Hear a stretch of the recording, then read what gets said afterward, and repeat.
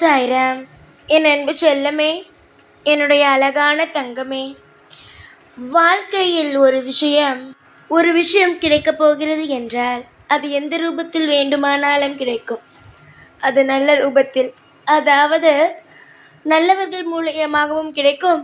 அதுவே உன்னுடைய விரோதியின் மூலமாகவும் கிடைக்கும். நீ நினைப்பாய், விரோதிகள் எல்லாம் நம்மளுக்கு உதவியா செய்ய போகிறார்கள் என்று. ஆனால் கடைசியில் பார்த்தால் ஏதோ ஒருவன் விரோதி ஏற்கனவே சண்டை போட்டிருப்பான். அவன் வந்து திடீரென்று ஒரு உதவியை செய்வான். அப்பொழுது நீ நினைப்பாய், என்னடா இது, நம் விரோதி என்று நினைத்தோம், ஆனால் இன்று அவன் உதவி செய்கிறானே என்று. அந்த அளவுக்கு உன்னுடைய வாழ்க்கையில் இந்த மாதிரியான விஷயங்கள் நடந்திருக்கிறது. உதவி செய்யவே மாட்டான் என்று நினைத்து கொண்டு இருந்தாய். சில சமயத்தில் உதவியே யார் செய்ய மாட்டான் என்று நினைத்தாயோ அவன் உதவி செய்து இருக்கிறான். இவன் உதவி செய்வான் என்ற நம்பிக்கையோடு போவாய், அவன் உதவி செய்யாமலும் இருந்திருக்கிறான். இப்படித்தான் உன்னுடைய வாழ்க்கையோ ஒரு புரியாமலேயே ஒரு விஷயம் நகர்ந்து கொண்டே இருக்கிறது. நான் உனக்கு 3 புதையலை கொடுத்தேன். அதில் நீ நேரடியாக தங்கம், பணம் இப்படிதான் தொட நீ ஆசைப்பட்டாய், அதுதான் தொட்டாய்.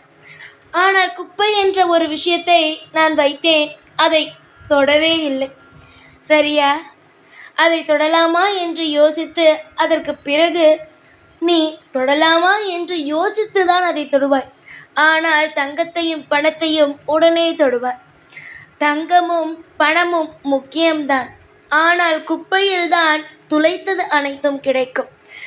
முக்கியமாக வீட்டுக்குள் ஏதாவது ஒரு பொருளை துளைத்து விட்டால் குப்பையில் தானே போய் தேடுகிறீர்கள். குப்பையில்தான் அது கிடைக்கும். குப்பையையும் சாதாரணமாக நினைக்காதீர்கள். உங்களுடைய வாழ்க்கையில் நீங்கள் உபயோகப்படுத்திவிட்டு ஒரு இடத்தில் போட்டு அதை குப்பையாக மாற்றும் பொழுது அந்த இடம் அசிங்கமாக ஆகுகிறது. அதை உருவாக்குவது நீங்கள்தான். குப்பை என்ற ஒரு விஷயத்தை உருவாக்குவதும் நீங்கள்தான். அதை தொடவே கூடாது, அது தேவையே இல்லை, அது ஒரு அழுக்கு என்று நினைப்பதும் நீங்கள்தான். எல்லாமே நீங்களே செய்துவிட்டு இதுதான் அழகு, இதுதான் அசிங்கம் என்று கொண்டு வருகிறீர்கள். தங்கமான பிள்ளையே, வாழ்க்கையில் நீ எதை வேண்டும் என்று ஆசைப்பட்டாய் அது நிச்சயமாக கிடைக்கும். பணம், நகை, குப்பை 3 வைத்திருந்தேன். அதில் ஒவ்வொன்றாக என்னென்ன என்பதை சொல்கிறேன். சில பொருட்கள் பார்க்கும் பொழுது அழகாக இருக்கும், உள்ளுக்குள் போய் பார்த்தால் ஒன்றும் இருக்காது. அதுவே சிலருடைய முகமோ அழுக்காக இருக்கும். அவர்கள் உடைத்திருக்கும் உடை கூட அழுக்காக இருக்கும். ஆனால் அவர்களுடைய மனமோ தங்கம் போல இருக்கும். இதில்தான் குப்பை என்று பார்த்தும் ஏமாந்து விடக்கூடாது.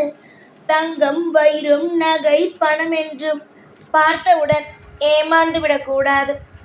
ஏதோ ஒரு விஷயத்தில் அது குப்பையாக இருந்தாலும் சரி, அதிலும் ஒரு உபயோகம் உண்டு. உன் மீது நான் ஒரு நல்ல துணியையும் ஒரு அழுக்கான துணியையும் போடும் பொழுது நீ எதை எடுப்பாய்? நல்ல துணியை தான் எடுப்பாய். அழுக்கான துணியை எடுக்க மாட்டாய். காரணம், அது அழுக்கு. அந்த அழுக்கு படுத்தியது யார்? அதுவும் நீதான். நீயே சில தவறுகளை செய்துவிட்டு இது தவறு என்று தூக்கி போடுவதை விட அதை திருத்துவதுதான் நல்லது. உன்னுடைய வாழ்க்கையில் நிறைய தவறுகளை செய்து நிறைய விஷயங்களை இழந்து விட்டாய். அதையெல்லாம் சரி செய்ய வேண்டிய இடத்தில் நீ இருக்கிறாய் இப்பொழுது. உன்னுடைய வாழ்க்கையின் படி எல்லாமே உனக்கு கிடைக்கக்கூடிய நேரம் இன்று. சொல்லப்போனால் பணம், நகை எல்லாம் கிடைக்கும். இதற்கு நடுவே குப்பை என்ற ஒரு விஷயம் இருக்கிறது அல்லவா? அதை நீதான் உருவாக்குவாய். அதனால் பார்த்து நீ அந்த குப்பையை உருவாக்கு. அதிகமாக குப்பை தானே என்று போட்டுக்கொண்டு இருந்தால் அந்த இடம் குப்பை தொட்டியாகவே மாறிவிடும். அதே போல உன்னுடைய மனதை அழுக்குகள், அதாவது ஏதோ ஒரு விஷயத்தை சேர்த்து கொண்டே இருந்தால் அதுவுமே உன் மனமும் குப்பையாக மாறிவிடும். எப்பொழுதும் மனதுக்குள் குழப்பத்தை சேர்க்காதீர்கள். யார் மீதும் இருக்கும் பொறாமையை சேர்க்காதீர்கள். எப்பொழுதும் யார் மீதும் பொறாமையை சேர்க்காதீர்கள்.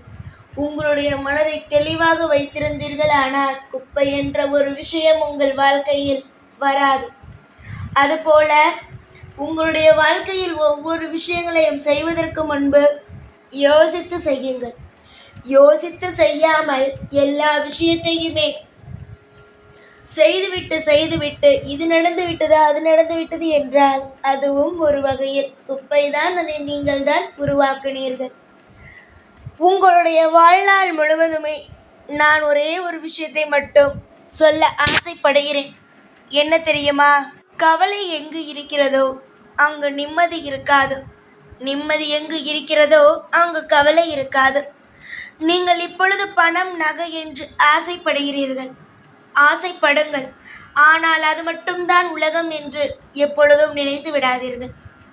குப்பை என்று ஆசைப்படாமல் இருக்கிறீர்கள். குப்பை என்பது என்ன தெரியுமா? நீங்கள் சில விஷயத்தை துளைத்தால் அது அங்கு கிடைக்கும். அதனால் அதையும் சாதாரணமான ஒரு விஷயம் என்று நினைக்காதீர்கள். எதையும் தலையில் தூக்கி வைத்து ஆடவும் வேண்டாம், எதையும் கீழே போட்டு உடைக்கவும் வேண்டாம். எதுவாக இருந்தாலும் கொஞ்சம் யோசித்து செய்யலாம் என்றே சொல்கிறேன். ஒரு பொருள் அழகாக இருக்கிறது, அந்த பொருளை வாங்கி வைக்கிறீர்கள். அது கொஞ்ச நாள் உபயோகப்படுத்தாவிட்டாலும் அது குப்பையாகத்தான் மாறும். ஏனென்றால் வாங்கும் பொழுதுதான் அது புதிய பாத்திரமாக இருக்கும். அதை நீ படுத்தினாலும் சரி, படுத்தாவிட்டாலும் சரி, ஒரு ஓரமாக வைத்துவிட்டால் அதுவும் சில நாட்களில் பழைய ஒரு பொருளாகத்தான் மாறும். குப்பை என்றும் சாதாரணமாக நினைக்க வேண்டாம். பணம், நகை என்றும் தலையிலும் தூக்கி வைத்து கொண்டாடவும் வேண்டாம். நீயாக இருக்கலாம். நீ எதை என்னிடம் கேட்டாயோ அது நிச்சயமாகவே கிடைக்கும். மாதம் பிறந்து விட்டது, உனக்கான வசந்த காலம் துவங்கிவிட்டது.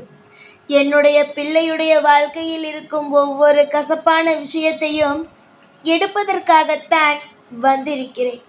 உன்னுடைய வாழ்நாள் முழுவதும் சந்தோஷங்கள் நிலைத்திருக்கும்.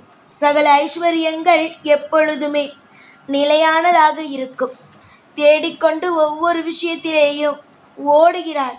ஆனால் ஒன்றே ஒன்றுதான் நான் சொல்கிறேன், எந்த விஷயத்தையும் தேடி ஓடாது. ஏனென்றால் அது உனக்கு மனதை வலிக்க உண்டாக்கிவிடும்.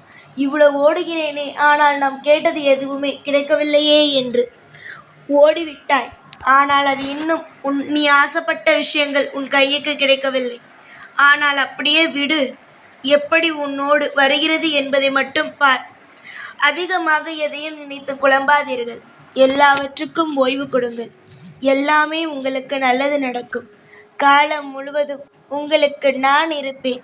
ஓம் சாய்ராம்.